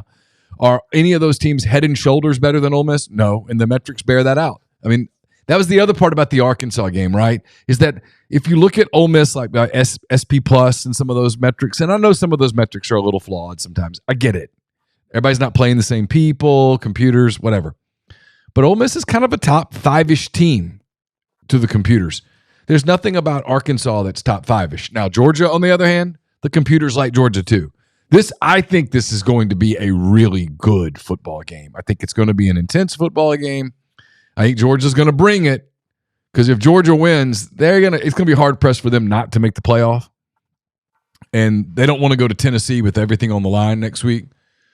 And that game's in Athens. That game's in Athens. Oh, either way, they don't want to face Tennessee with everything on the line. So they're gonna get after Ole Miss on Saturday. And if you're Ole Miss, man, this is, again, 3 years in a row you're playing meaningful November football. And at some point, if you want to be a national title contender, you've got to beat these types of teams. And so here they are. You know what I mean? There they are. And if you don't get it done, I realize that everybody's going to look back at the Kentucky game. I'll probably write about the Kentucky game. We'll talk about the Kentucky game. That will be the one that sticks out. But at the end of the day, if you're a title contending team, if you're really a title contending team, you got Georgia at your place at home. They're not the same team they've been the last couple of years. They're very, very good, as they showed in Austin. But if you're really a title contending team, you win this game on Saturday. Period. No, and I totally agree. And I come back to this. Carson Beck was hyped up to be some first-round quarterback going into this draft. His stock, I talked to a lot of these, agents and GMs and stuff because I'm connected now. And, man, he's not a first-round pick. Like, this dude is not elite. He's not. His decision-making's bad. He's not mobile. Like, we're not – I don't know. Mike Bobo hadn't done, the best job this year with them either. I think they missed Todd Monken, who's doing an unbelievable job for the Baltimore Ravens now. Like I said, I can't see Georgia scoring more than 24 points unless they get defensive or special teams points. And so, I think it's just all about, can Ole Miss have a semblance of a running game? And I like the Jackson Dart legs call because we saw him running at LSU. I think they save his legs for big games, and this is obviously one of them. Look, I like Ole Miss in the game. I like under 55 more than I like Ole Miss, but I like Ole Miss and the under on Saturday. And like I said, I'm hopping in on this 35-1. I think I'm gonna bet 285 to win 10 grand on it. And what I'll do is if Ole Miss gets to the Final Four or something, I'd be able to hedge some money. Is kind of the thought. But let's go. Pumped up about Saturday, and can't wait for it to get here. All right, let's touch on a few other games. Not going to keep you long today at all. Florida at Texas. Florida, they're going to lose. Can they cover 21.5? I don't think so. I think when you look at the situation in this game, Florida losing lag, man. What a tough break because they went into the year with Graham Mertz and a 5-star freshman, and now all of a sudden you're down to a third stringer. And Kurt Warner's son, I believe, was 8 of 19 for 60-something yards. Looked terrible last week. And you got to think about the mindset of this football team. You get up for an arch rival. You're in that game. You're winning at half. You lose your starting quarterback. Now you're deflated, traveling to play a rested Texas team off a bye. Texas is going to beat the crap out of them. 21.5 is a huge number, but I think it's going to be bloody. And I think Ole Miss, as I said, Ole Miss and LSU both caught big breaks with this Lagway injury for the next few weeks, having to go to the swamp. Indiana laying 14.5 to Michigan. Indiana very much in control of their own postseason destiny. It probably could even absorb a loss to Ohio State as long as they don't stumble elsewhere. I hope Ole Miss fans on this thing have enjoyed this because I've been giving out Indiana every single week this year. It went to 14.5. If you can get it at 14, I still like it. They're going to beat the crap out of Michigan.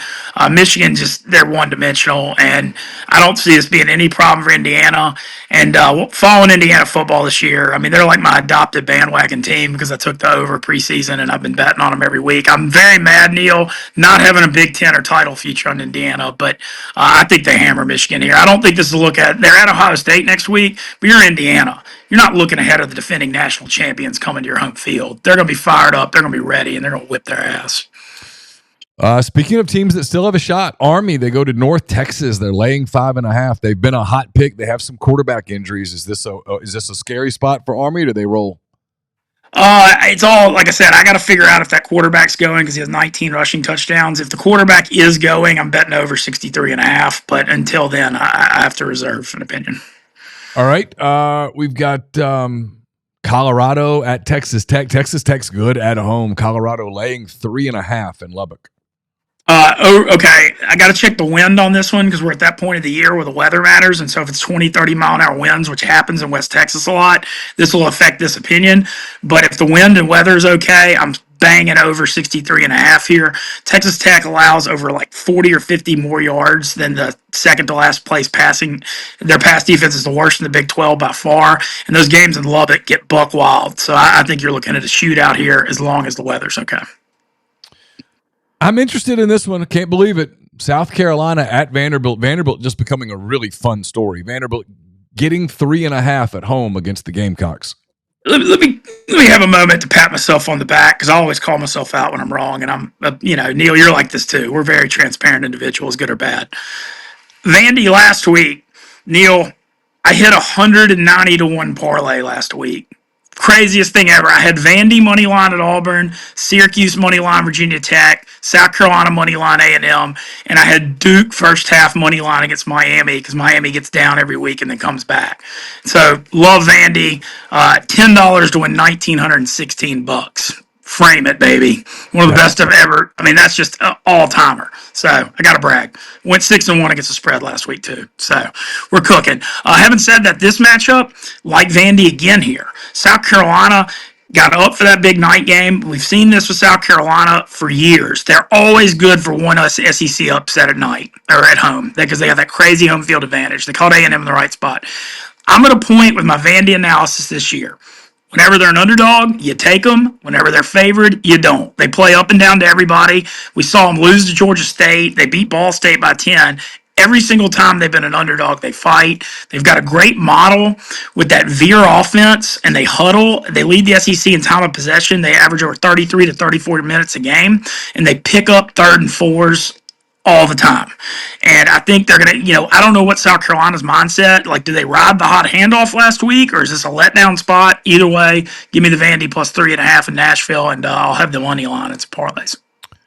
Mississippi State's been pretty good for the most part with big lines in terms of covering them. They did not cover that Arkansas line a couple of weeks ago. They go to Tennessee this time, getting 24. They're going to get destroyed. This is the bad matchup for them. I know they've been pretty good about covering lines and stuff, but like Tennessee is kind of like Ole Miss, and the fact that when they play like really, really inferior defenses with their up-tempo offense, they score a ton. Tennessee's passing game has been a little weak lately, and we've seen them struggle. I mean, last week we were on Kentucky plus 17.5. They're going to kill Mississippi State though. Tennessee's got a stout D line, and Mississippi State's defense is so bad that I think this is a game where Tennessee can score in the 40s. So I don't like laying 20-something points, but I would actually lean Tennessee laying the 24 here if I had to make a bet. Alabama's at LSU, the Tide laying 2.5 in Baton Rouge at night. I feel like this line is stupid. They're favored off their past and their history, but Bama couldn't win in Nashville. They couldn't win in Knoxville. This is a night home game in Death Valley. I got this thing about pick'em. I don't see how Bama's laying the 2.5 here. Weather, though, 70% chance of rain. So I had to click off of beep. I'm sorry. You're good. Weather's a factor, 70% chance of rain, even though we all know it never rains. Chance of rain in Tiger Stadium, never. But look, I know this is like a weird thing to say. I think if you take Ole Miss and LSU, the worst is you go as 1-1 with the two home dogs in these games. I like LSU plus 2.5. I think they win this game. The one thing on the LSU defense adjustment stuff, they struggled with the zone read 2 weeks ago against A&M because they didn't prep for Marcel Reed. They've had 2 weeks to get ready for Jalen Milroe. I think they'll be adjusted and ready for that zone read. Milroe also is kind of having a turnover problem, and Alabama's secondary is not that good. So I think LSU wins. I just think they're going to win the football game at home. I agree with you. I like that game too. All right, Oklahoma is at Missouri. Missouri probably without Brady Cook. Oklahoma laying 3 in Como. I mean, this is one of those. It's just two crappy teams playing. That Missouri backup quarterback Drew Pine shouldn't be playing D1 football. I mean, he's in Notre Dame and Arizona State. He's hard. I mean, he is horrible. So I don't really have an opinion. I don't know what the over under is, but I can't imagine it's going to be very high scoring. It's going to be a crappy game that I don't have a lot to say. Just one more to touch on because it's could have some playoff implications. BYU is at Utah. Battle of Utah here. BYU laying 4 in Salt Lake City. BYU's the better team, but Utah's at home in a rivalry game, so I would be inclined to take the +4 with the money line, with the over/under only being 40.5. But no super strong read. I do have a couple other ones I can shoot off the cuff. I'm really watching to hear an injury report on Georgia Tech quarterback Haynes King. He has an upper body injury. He's been out a few weeks. If he goes, I'm gonna probably take Georgia Tech +11 at home against Miami because man, they just fight so hard as an underdog. We've seen it the last couple of years. The Haynes King and Miami. I mean, Cam Ward deserves the Heisman. You saw it again last week against Duke, and I actually hit that first half money line +575. They get down every week in the first half and then win in the second half, but they don't have that talented of a roster. Cam Ward deserves the Heisman because he's dragging. He has to score 40 or 50 points a week for them to keep winning. So if Haynes King goes, I'm looking at Georgia Tech +11 and maybe first half money line. I think off the cuff, are there any other bit? Yeah, I think we got most of them there. Yeah, that's about it. All right, let's roll through the NFL quickly. Just tell me if anything catches your eye. We got Cincinnati at Baltimore. The Bengals, obviously, in must win. They're getting 6 on Thursday night. I think the Bengals fight here +6. Division game. They're 4-5. A lot in the line. Burrow's playing really hard. This game could be rainy. It's not going to be cold. The over-under's high at 53 because of the 38-35 shootout that the Bengals blew a few weeks ago. I kind of think you're not supposed to take the over here, especially if it's raining. I think it's going to be a real public over. I'm just going to take the Bengals +6. What I got. Giants go to Carolina. The Giants lay 6.5 in Charlotte. This is actually in Germany, and I don't know if Germans are going to want to watch American. I don't know if Germans are going to want to watch American football anymore after this matchup. If Andy Dalton goes, because he's recovering for a car wreck, if Dalton goes, I'm taking the Panthers +6.5 because the Giants can't lay 6.5 against anybody. If Bryce Young goes, I'm not playing it. Buffalo is at Indy. The Colts played really well against Minnesota the other night. Couldn't finish it. Buffalo laying 3.5. I actually like over 47 here. Colts played a low-scoring one last week, 21-13. But I think this is kind of the game that maybe people aren't realizing they could get wild on turf with Josh Allen. And even though Flacco didn't have the best game last week, he still could sling it. They've got, Indy's got a better receiving core than you think. Pittman's banged up, but Josh Downs has kind of emerged. Alex Pierce can make some plays. So I actually like over 47 in this game. Pittsburgh's at Washington. Fun game here. Pittsburgh, a road dog, 2.5 points against the Commanders. Man, give me Mike Tomlin as an underdog until the day I die. These are the games he always wins. I know Jaden's been the story of the NFL and one of the MVPs, but I expect, him to have a decent game, maybe not great. And I think you got to Pittsburgh always wins these games. This is literally what they do. And so I like the Steelers. I always kind of target games where a team just fired their coach. The Saints are at home. They just fired Dennis Allen. They're a 4-point dog against the Falcons. I like the Saints a lot in this game, +4. You mentioned the DA thing. I kind of heard, Neal, I heard it was a players' coup. The word I heard was the team was over it.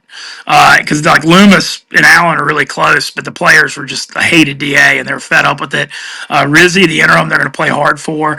And this is just a rivalry game where no matter what the records are, you throw them out when the Saints play the Falcons. It's going to be a close game down to the wire. Give me the +4. And, I'm going to keep riding Taysom Hill touchdowns as long as Derek Carr's in there till the wheels fall off. So I'm going to be on that too. Jacksonville probably on coach firing watch here. They're at home getting 4 against Minnesota. Kind of like the Jags here, +4 a little bit. Lawrence is questionable right now, but I think he's going to go. Minnesota, the thing I'm watching on Minnesota, and I noticed this last couple weeks. So Christian Darrisaw, really good left tackles out for the year, and they traded for Cam Robinson from the Jaguars, and they got him last week, and he had to play. But their offensive line's not looking as good now, and their offense is still going to be good because the passing game and the play calling with O'Connell is so elite. But I don't know. Instinct's kind of like the Jags +4 here. Denver goes to Kansas City. The Broncos getting 8 against the I like under 41.5 a lot here. Denver's got a good defense, especially the run defense. Patrick Mahomes has an ankle injury. He's going to play through it, but he's not going to be mobile, and that's going to hurt them. Denver is officially the good bad team. They beat the crap out of every bad team in the NFL, but anytime they've had to step up in competition, like what happened in Baltimore last week, they get rolled. I just like under 41.5. Here's my only thing. KC wins and doesn't cover. KC has mastered the art of the rope-a-dope, and they're undefeated. They have like 4 or 5 wins where they didn't cover the spread. I mean, they do just enough to win every week. Kansas City, we just mentioned that one. Chicago, I should say, at home, laying 6 against the Patriots. The Bears really playing well here recently. Yeah, the Bears have kind of fallen, man. That was a rough effort in Arizona last week. I was on Arizona, yeah, it was bad. But these are the games that the Bears have been covering, though. You know, they hammered Carolina at home. They smoked Jacksonville in London. 6-point home favorite with a good defense against the New England offense that isn't great. Oh, Drake May, over 100 yards rushing last week, made a great play to get him to OT. But I like the Bears here, even laying 6. I know that's crazy to say with how they've looked lately, but I think this feels 24-10 Bears. My call. Niners make the trip across the country to play Tampa Bay. Niners laying 5.5. Christian McCaffrey finally back here, coming off the tendonitis with the Achilles and calf. I think he'll probably be on a pitch count, maybe 10 or 12 carries, 5 catches. But the Niners are off a bye, and we've seen this. I just continue to give the Niners the benefit of the doubt because everything I've seen under the Shanahan era. They've done this before. They start 3-4, 4-4, and then they just turn on the Jets. And next thing you know, they're 11-6 or 12-5 and hosted a playoff game, and they're off a bye. Tampa's beat up to hell. They had a Monday night game. They're home on a short week. I think this is the spot where the Niners come out and make a statement. They win this thing like 31-14. I think this is a week where the Niners remind everyone who they are. Okay, good. Tennessee coming off a win. They go across the country to LA to play the Chargers. They're getting 7.5. Chargers are nothing here. It's just hard to lay 7.5 and the over/under is only 37.5. But I mean, the Titans suck. They're terrible, and I think they deserve more heat than they're getting for firing Mike Vrabel, who dragged every squeeze and drop he could out of that roster. It's not his fault. The personnel's terrible. Weird game here. Dallas, all sorts of problems, injuries, whatnot. They're at home getting 7 against the Philadelphia Eagles. Here's a play. Eagles first half, -4, whatever it is. Because Dallas, going back to the Green Bay playoff game, they get the crap kicked out of them in these first half. The Saints did it to them at home. The Lions did to it at home. The Ravens did it to them at home, and Green Bay did it. They just come out starting slow at home. Cooper Rush is going. They're beat up. The Eagles hate the Cowboys. They're going to be motivated. Saquon Barkley kind of dealing with the back thing, but should run all over them. I'm on the Eagles first half instead of the game. I think it's going to be like -3.5 or 4, but I think they come out and they're up by a couple touchdowns at half. Jets go to Arizona. Cardinals coming off the game you mentioned where they blew out Chicago. They're laying a point against the Jets. I'm going to keep riding Arizona. This team's good. They're frisky. They've got 3 wins in a row. They had a win at Miami. A couple home wins. And also in this matchup, the Jets' run defense stinks. And you saw it week 1 against Jordan Mason. Joe Mixon was running all over them last week. They do have a good pass defense, but Arizona's got a sneaky good running game because you got Kyler Murray. The threat of him running opens it up. James Conner was gashing the Bears last week. I look for him to have a big game, and I'm on Arizona yet again. Detroit, right now looking like the best team in the NFL, going to Houston to play a good Texans team. The Lions laying 3.5. Big injury news here. Nico Collins, Texans elite receiver, supposed to be back Sunday night. And, their offense has gone to crap without him and Stephon Diggs. Mixon's having a hell of a year running the ball, but Stroud's beat up. They do have a long week coming off the Thursday night to get ready for this. But Stroud's, he's playing hurt. You could really see it last Thursday night. I'm at a point where Detroit, we almost got to put a grade on them where you just can't go against them at this point. That's how well they're playing. Their offense, their play call with Ben Johnson and their offensive line, they got everything. I just don't like going against home. I'm giving you a long-winded speech, but I don't really have an opinion here. I'm a home underdog believer usually, but I just can't go against Detroit with how hot they are right now. All right, last game. It's Monday night. It's the Dolphins at the Rams. The Dolphins getting a point, flying across the country to play Matthew Stafford and company. The Rams are getting it together. I'll tell you what, you got to give their personnel department an incredible grade for drafting Jared Verse and Fisk from Florida State in the first and second round. You had to replace one of the best defensive tackles in NFL history in Aaron Donald, and they took those two rookies, and those guys are balling right now. You watch a Rams game, Jared Verse is everywhere. He's got like 40 pressures already. It seems like the Rams are getting it together now that Kupp and Puka Nacua nailed it. That one's been giving me some problems. Now that those guys are back, I like the Rams. I think Miami, everything they had was in that Buffalo game. They got gutted last week, and I also kind of like the over here. It's I think it's like 48 or 49. I could see this one getting a little wild, but I think the Rams are playing serious football, and I think they're going to make a run at a wild card just like they did last year. All right, last thing. One more time, Saturday, if people want to come see you pregame, how do they check you and the Barstool crew out? All right, outside the left field fence at Swayze, shows 12:30 to 1:20. Then head right to the stadium. Come see us. Wear a rain jacket, and I'll be all over the Grove Saturday morning, and at library Friday night, and at the basketball game Friday. And can't wait to see everybody. Make sure y'all watch out. There's a rumor on the street. Brandon Walker's going to be walking through the Grove with the GoPro on, seeing what happens. So be on the lookout for that. That'll be good content. I give him credit. He's really good at creating stuff like that. He makes life easy for me too, to be honest. He's so hated that it's like easy to just be nice and people like you. So I respect what he's built because it's certainly been good for me. All right, Benjamin, I appreciate the time very much. We'll talk to you. Hopefully I'll see you this weekend at some point, and we'll talk to you again next week on the show. All right, sounds good. Thanks for having me. Our thanks to all of our guests today, getting you ready for a huge game day in Oxford and elsewhere here this weekend. LSU and Alabama in Baton Rouge. Vanderbilt, South Carolina, and Nashville. A lot of fun games. But, of course, the big one here, Georgia at Ole Miss. Hope you feel better prepared for it now. Thanks to Mike Griffith, Radi Nabulsi, Anthony Dasher, and, of course, Ben Mintz here on the Campbell Clinic Hotline. Enjoy the game. Lots of coverage coming your way at MPW Digital. And, of course, we'll have game coverage at rebelgrove.com. Post-game coverage in the form of the MPW Digital post-game show presented by Realtree on a Saturday evening after Georgia and Ole Miss. Have a great weekend. If you're coming up, be careful on your way up, and we'll talk to you again soon.